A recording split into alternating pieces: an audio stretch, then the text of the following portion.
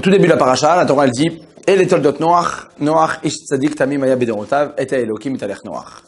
Donc la génération, la descendance de Noach, Noach était un homme tzadik, tamim, intègre. Bedorotav dans sa génération, et Elokim italech Noach, avec Elokim, avec Hachem, Noach marchait. Allez. Alors tout le monde connaît. Il y a une marloquette entre Rav et Shmuel. Rav et Shmuel, c'est des Amoraïm qu'on étudie tous les jours dans la Gemara. Un jour, ils se sont posé une question. Il y a marqué dans la Torah, Tzadik Tamim Aya Bedorotav. Dans sa génération, il était Tzadik. Et si Noach avait été dans la génération de Abraham Avinu, est-ce qu'il aurait été Tzadik ou Wallo? Alors, un avis pense, oui. Si déjà parmi des Rechaïm il était tzaddik, alors t'imagines, tu le mets en compagnie de tzaddikim, ça aurait été un big tzaddik. L'autre avis dit non, justement, comme il y avait autour de lui que des Rechaïm, alors il a sorti la tête de l'eau pour ne pas tomber plus bas, pour ne pas être aussi bas que ces gens-là, mais mets-le avec des tzaddikim, et rien du tout. Non, mais alors, premièrement, la comparaison avec Abraham Avinu, Rav et Shmuel sont en train de dire si Noach avait été du temps de Avraham Avinu. Pourquoi Avraham Avinu? Avraham Avinu, c'est dans 10 générations. On est d'accord? Là, on est à Noach. Il y a Adam Arishon, 10 générations après Noach, et dans 10 générations, arrivera Avraham. Là, on est en train de dire à Noach, si tu étais dans la génération de Avraham, pourquoi Avraham? Pourquoi on a choisi Avraham Avinu? Mais la question, c'est la suivante.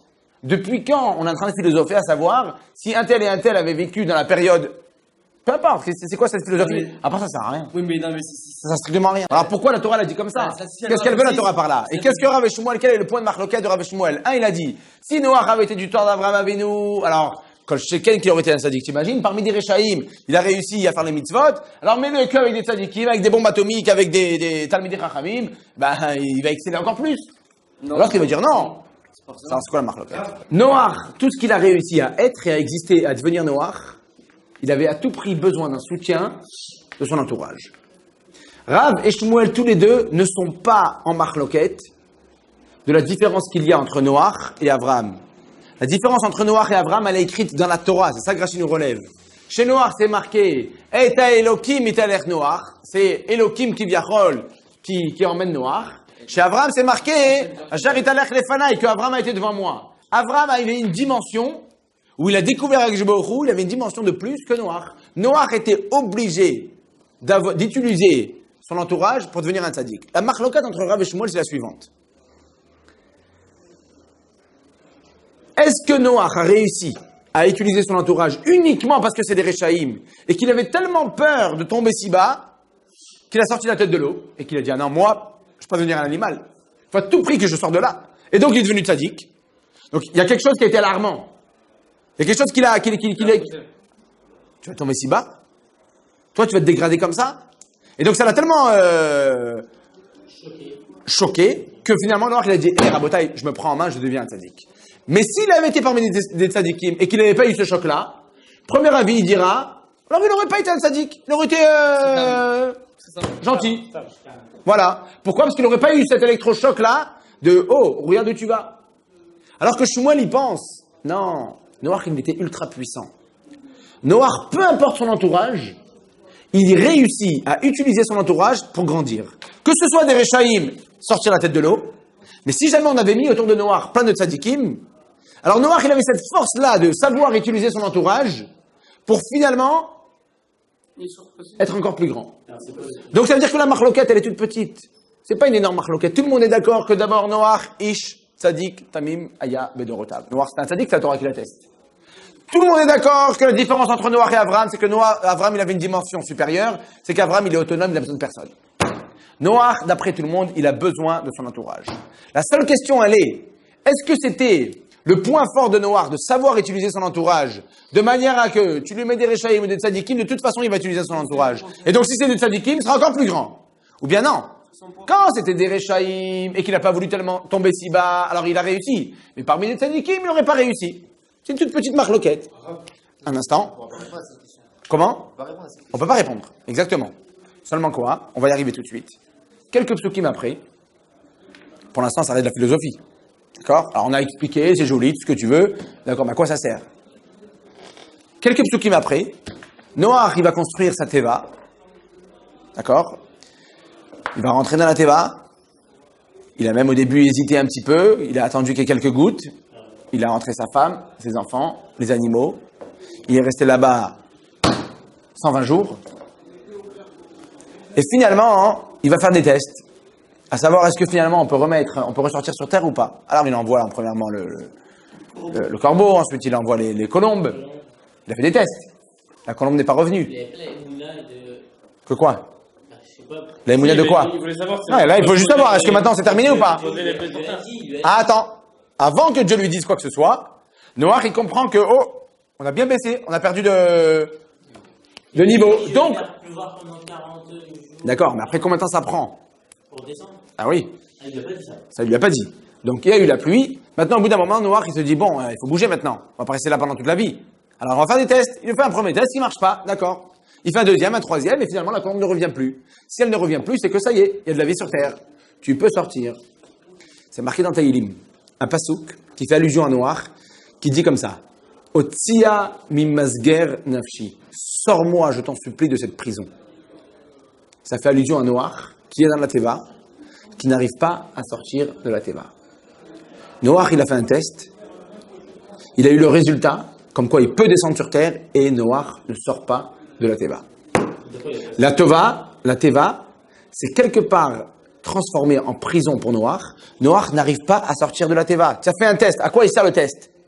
C'est pas pour faire un test pour rien. Tu as fait un test parce que tu veux sortir. La colombe ne revient plus, alors ouvre la porte et sors. Non, Noach il sort pas. Qu'est-ce qu'il fait Noach? Il reste, il attend. Jusqu'à ce que Baruch Hu lui dise, Noach, sors de la Teva. Ah, sors de la Teva, ok, je sors. Mais t'attendais quoi? Pourquoi tu l'as fait ce test? Une permission de quoi? Mais tout ce qu'il a été sauvé, c'est pour reproduire, pour recréer, pour revenir. Otsia mimasger nafshi. Noach, il a un problème existentiel. C'est exactement le mot, existentiel. Noach, il est dans la Teva. Il s'apprête à sortir. Dans un monde rasé, vide. Il n'y a plus personne. Et il y a deux problèmes. Le premier problème, c'est malheureusement ce qu'ils ont vécu beaucoup de gens après la Shoah.